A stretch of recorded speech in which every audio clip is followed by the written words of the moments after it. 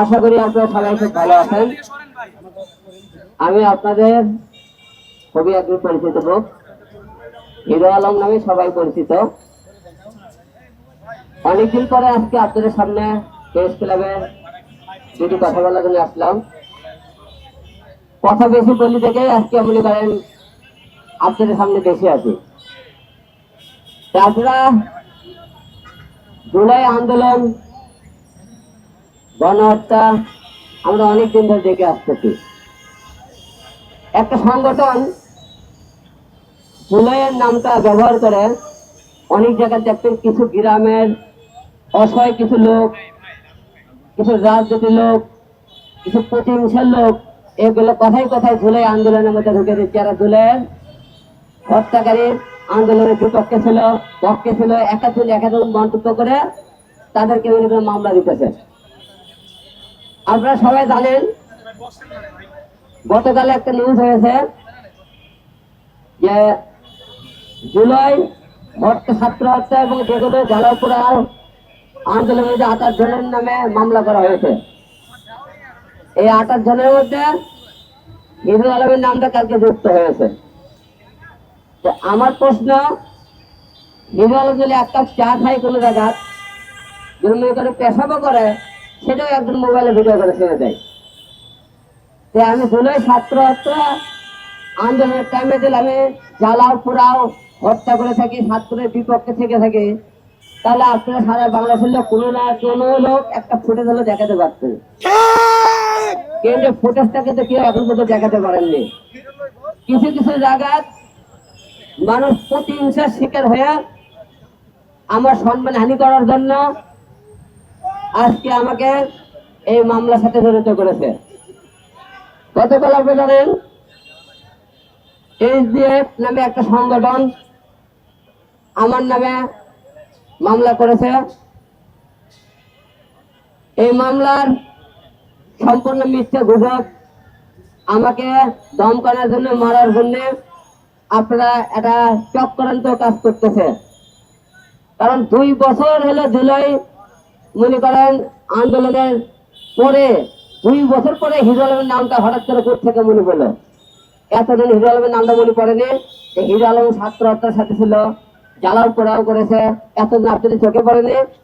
2 বছর পরে যখন আমার নামটা চোখে পড়ছে আপনাদের, অবশ্যই তাহলে মনে করবেন শত্রু এবং মনে আক্রোশ, প্রতিহিংসা। এখন বর্তমানে যে মনে করেন মানুষের নামে মামলা হইতেছে, বেশিরভাগই এগুলো মনে করেন প্রতিহিংসার শিকার করে এই মামলাগুলো দিতেছে। আমার প্রশ্ন, আমি যদি অন্যায় করে থাকি অবশ্যই আপনারা আমার বিচার করবেন। আর আপনারা সবাই জানেন যারা আজকে পটর পটর করে কথা বলতেছে, কথায় কথায় মামলা দেওয়া শিখতেছে, যখন মনে করেন আসনের আমলে যখন আন্দোলন হয় 4 বার জাতীয় সংসদ থেকে নির্বাচন করে, আমি জানি কতবার লাঞ্ছিত হয়েছে, কতবার মার খেয়েছি, আপনারা দেখেছেন। মানুষ বলে এই দেশে হিরো আলম মনে করেন যেখানে দেয় সেখানে মনে অপমান হয়, লাঞ্ছিত হয়, মার খায়। আমার কাছে হিরো আলমকে আপনারা সহ্যই করতে পারেন না। তা সেই ব্যক্তিটার লোকের আপনারা কথায় কথায় কেন তাকে নিয়ে এতটা নাশা করেন? আমি অশিক্ষিত, কথা বলতে পারি না, তোর যোগ্যতা নাই, অযোগ্যতা ব্যক্তি নিয়ে এত টানাটানি কেন মানুষের? অযোগ্য ব্যক্তি নিয়ে আপনাদের কেন এত মাথা ব্যথা হয়? যোগ্য ব্যক্তিরা কি করছে জানেন? যোগ্য ব্যক্তিরা যোগ্য থেকে কোটি কোটি টাকা কামাই করছে, সুইস ব্যাংকে রাখছে, খাটের তলে রাখছে, বিছানার তলে রাখছে। যোগ্য ব্যক্তিগুলো আপনার ভোট দিয়ে আনছেন, অযোগ্য ব্যক্তি ভয় করে অনেক কিছু করবে। যোগ্য ব্যক্তিরা মনে করেন অকাম করে বেশি। আজকে বাংলাদেশের বিভিন্ন জায়গায় দেখেন, আজকে জ্বালাও পোড়াও বিভিন্ন জায়গায় হয়েছে, মনে করেন তাদের বেশিরভাগ খবর নিয়ে দেখেন এগুলো আমরা প্রতিহিংসা শিখে মনে করে দিয়েছেন আন্দোলনের সাথেই ছিল।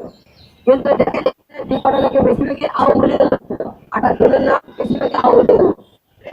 কিন্তু একটা লোক ভোট পাবে, আমি আওয়ামী লীগের মনে করেন আওয়ামী লীগ কোনো ভোট করেছি কি, আওয়ামী লীগের নামে কোনো পোস্ট করেছি, একটাকে পোস্ট দেখাতে পারবেন?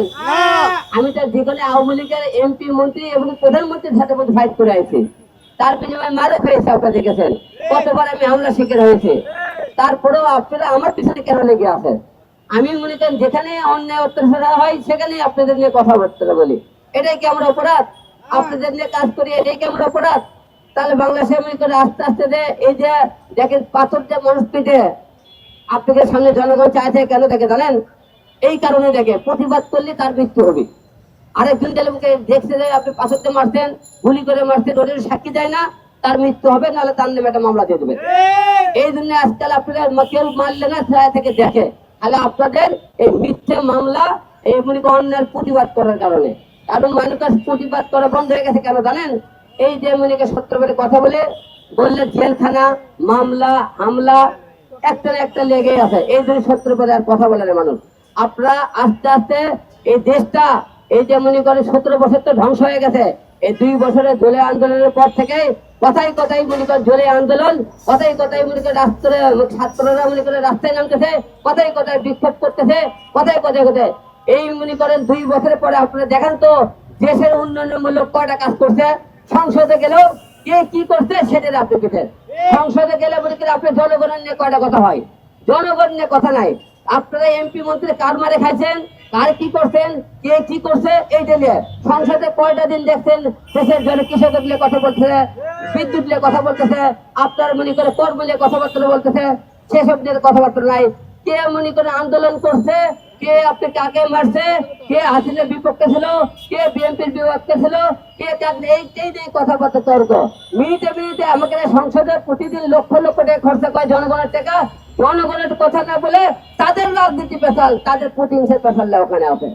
এসব কথা দিলে আমি বলি হিরো আলমে অশিক্ষিত গৃহ মূর্খবোধ, ও আবার নীতি কথা কেন বলে? আমার তো নীতি কথা বলা যাবে না, কারণ আমি তো মূর্খ, আমি তো অশিক্ষিত, আমার তো যোগ্যতা নাই। আমি কেন আপনাদের নিয়ে কথা বলবো? আমি কথা বললে অপরাধ, কারণ আমি নির্বাচন করলেও অপরাধ, কারণ আমার যেমন কই অপরাধ মনে করেন যেমন শিক্ষাগত যোগ্যতা নাই। কিন্তু আপনাকে একটা কথা বলতে পারে, মানুষ সবাই জ্ঞানের মনে করেন উঠতে হয় না। আর আপনাকে একটা কথা বলতেছি, কালকে যে আপনি মামলার ঘটনা শুনছেন সম্পূর্ণ মিথ্যে মনে করেন। আর আমাকে একটা ছেলে অনেকদিন ধরে হত্যা করার চেষ্টা করতেছে, আমার মনে সম্মান নষ্ট করার চেষ্টা করতেছে। এই জন্য মনে এই অপরাধে কালকে তারা অনেক দিক থেকে না পাওয়ার কারণে আমার নামে একটা মিথ্যে মামলা দিয়েছে। তাই এই মামলা থেকে আপনারা সবাইকে জানাতে চাই, জুলাই আন্দোলনের সবাই আপনারা হিরো আলমের ফুটেজ গুলো দেখবেন, ইউটিউবে ফেসবুকে সার্চ দেবেন। আমি আন্দোলনে ছিলাম কিন্তু শাহবাগ বোর্ডে দেখবেন, ফুটেজ দেখবেন। তারপরে যেমন করেন গণভবনের ফুটেজ দেখবেন, বিভিন্ন জায়গার ফুটেজ গুলো ইউটিউবে সার্চ দেখবেন। আমি এই জন্য জায়গা ছিলাম কি ছিলাম না।